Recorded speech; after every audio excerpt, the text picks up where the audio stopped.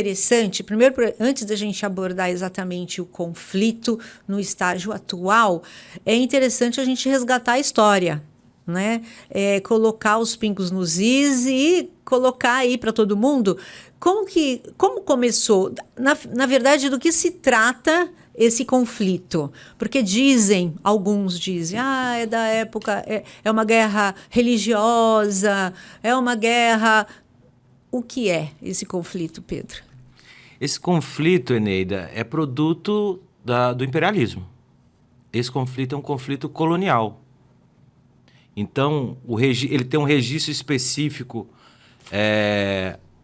agora, né, na atualidade, com a intensificação, né, da política genocida de Israel sobre o povo palestino, mas é uma luta anticolonial que já dura 75 anos, desde a instalação, e a rigor, mais antiga do que a instalação do Estado de Israel.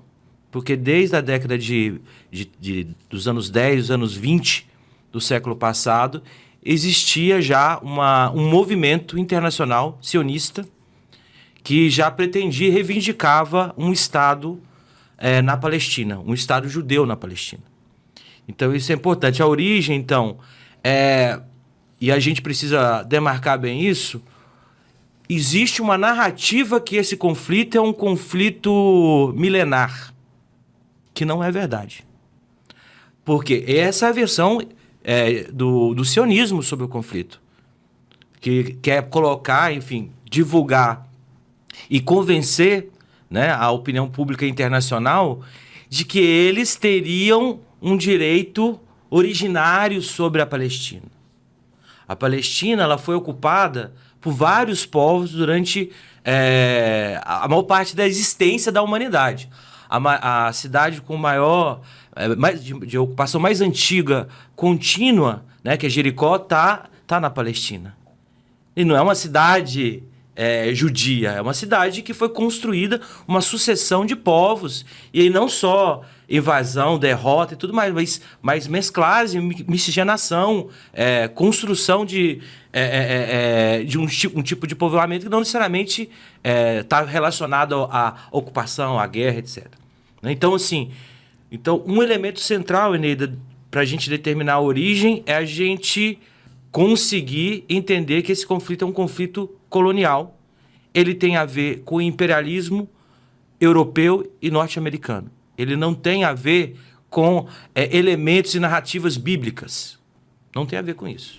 Isso é porque antes da criação do Estado de Israel e antes de haver a partilha, né, que foi em 47, ali habitavam, todos que ali habitavam eram chamados de palestinos. Exatamente. Então, existia, independente da religião, existiam palestinos judeus, palestinos cristãos, palestinos muçulmanos.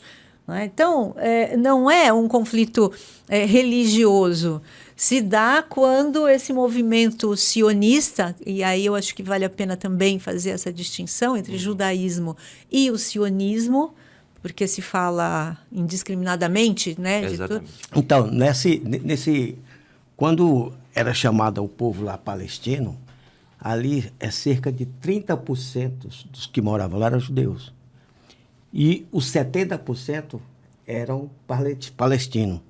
E aí, quando fizeram a divisão, como é que ficou a primeira divisão que fizeram? 50% ficou para o povo judeu. E 45%, que tinha 70% da população, ficou com 45%.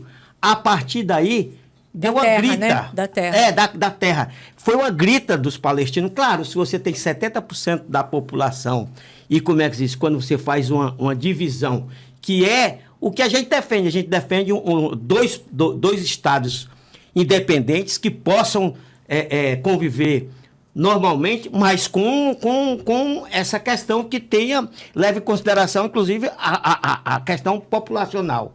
Então, desde já começam os conflitos por conta de terras, e não por uma questão santa, por uma questão... Eu acho que isso aí o Pedro podia falar um pouco mais sobre isso. Não, exatamente, Big, mas eu acho que uma questão anterior é que a reivindicação do Estado de Israel não é uma reivindicação dos judeus, é uma reivindicação do sionismo.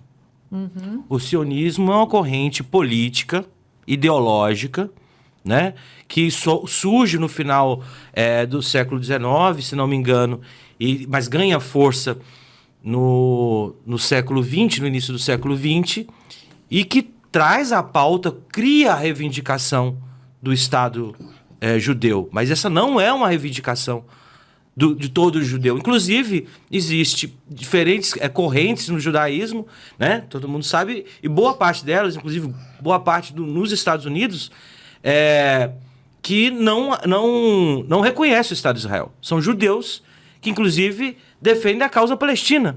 Rabinos, comunidades inteiras.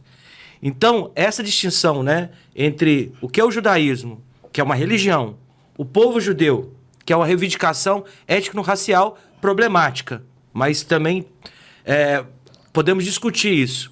E a outra questão é o Estado de Israel, a reivindicação do sionismo sobre isso.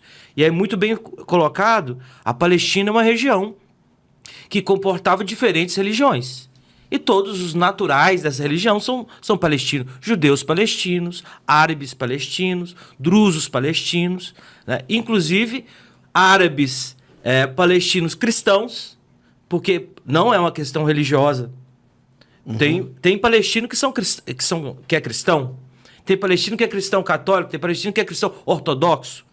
Por exemplo, o George Habash, foi o fundador da Frente Popular de Libertação da Palestina, uma das organizações da resistência palestina, ele era cristão ortodoxo.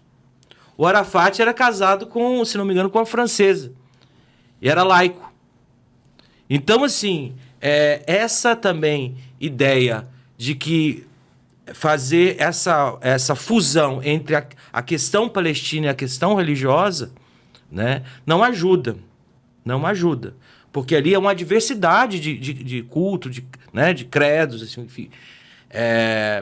O mundo árabe não é essa coisa pasteurizada que todo mundo é islâmico. Não, tem islâmicos, sim, grande parte deles. Diferentes correntes do islamismo. Então, essa é uma questão. Então, quando tratar a questão palestina, eu acho importantíssimo que a Eneida colocou. Primeiro, ali é uma região que tem palestinos que têm de diferentes religiões e diferentes grupos étnicos, que são palestinos, né?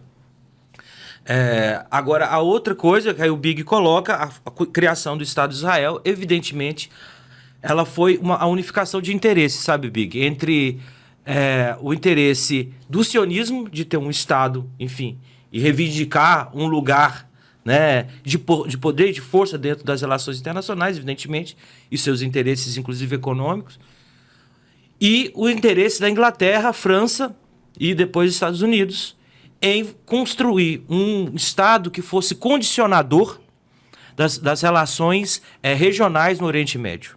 Um Estado que não fosse produto da libertação nacional do povo árabe, como, inclusive, a Inglaterra havia prometido aos povos árabes quando apoiou a insurreição dos povos árabes contra o Império Otomano. Né? O Império Otomano, turco-otomano, ele era um império construído, né? Enfim, que irradiava seu poder a partir da Turquia. A Turquia não é árabe. Né? Outro grupo étnico, tem, né, inclusive uma língua própria, não fala árabe. A única coisa que tem em comum é que tem o Islã, né, como religião principal. Não todo, né? Também é uma diversidade ali, mas é a única coisa em comum. E então, assim, a Inglaterra ela promete, né, nessa disputa com o Império Otomano, promete que os árabes teriam uma condição nacional, só que nós conhecemos o imperialismo. Ele vai oferecer, né, uma proposta, evidentemente, é muito interessante, a gente vê inclusive no mapa. Ao mesmo tempo, vocês vão ter libertação, mas essa libertação vai ser condicionada a um tipo de recorte geográfico que aceito por Londres. As fronteiras no Oriente Médio são retas. Né? Então, assim, é um corte aleatório. É um corte não é aleatório, né? Não é aleatório porque é feito pelo imperialismo. Não leva em consideração a distribuição geográfica, cultural e de uso do território que esses povos árabes têm, né? Então, divide Iraque da Síria, a Síria né, da Jordânia, e por aí vai. Você vai construindo ali um recorte que garantisse ali, claro, os interesses e dificultasse a unidade para uma nação árabe única.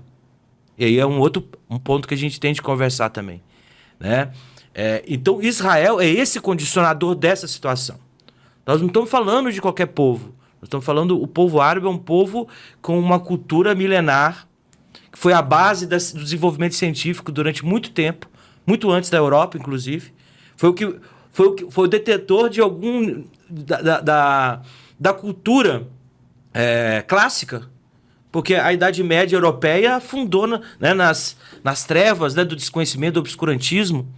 E foi os árabes, o povo árabe, as bibliotecas, os centros de estudos, as universidades, que reivindicaram o conhecimento, a ciência, né?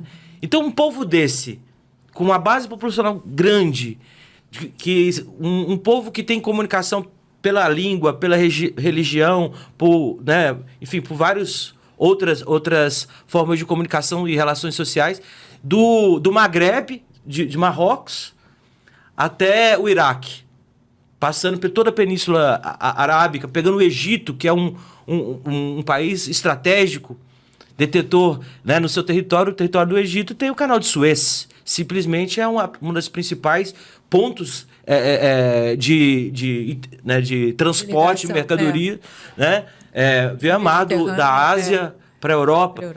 Então você tem ali, o imperialismo olhou para isso, os ingleses, franceses, né, que o primeiro jogo foi entre ingleses e franceses. Primeira guerra, né? Mundial, exatamente. E você vai ter depois os Estados Unidos assumindo e substituindo, né, esse nível de gerência, inclusive produzindo, vamos lá, desculpa se eu estiver falando muito, Enê, mas produzindo monarquias, que não tinha isso antes.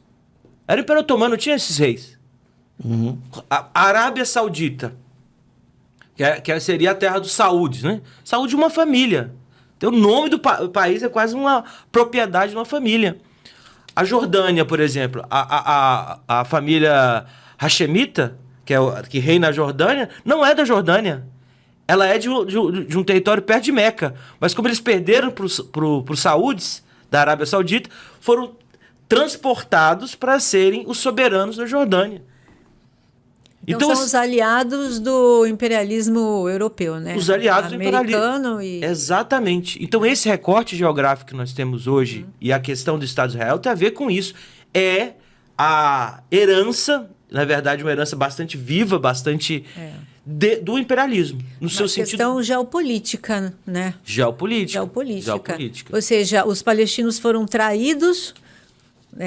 Todos os povos árabes. Quando foram traídos, né? Porque havia essa promessa de constituição de uma soberania nacional, né? Palestina, se apoiassem a queda do Império Otomano. Apoiaram, e aí a Inglaterra fala que é favorável à constituição de um Estado israelita, né?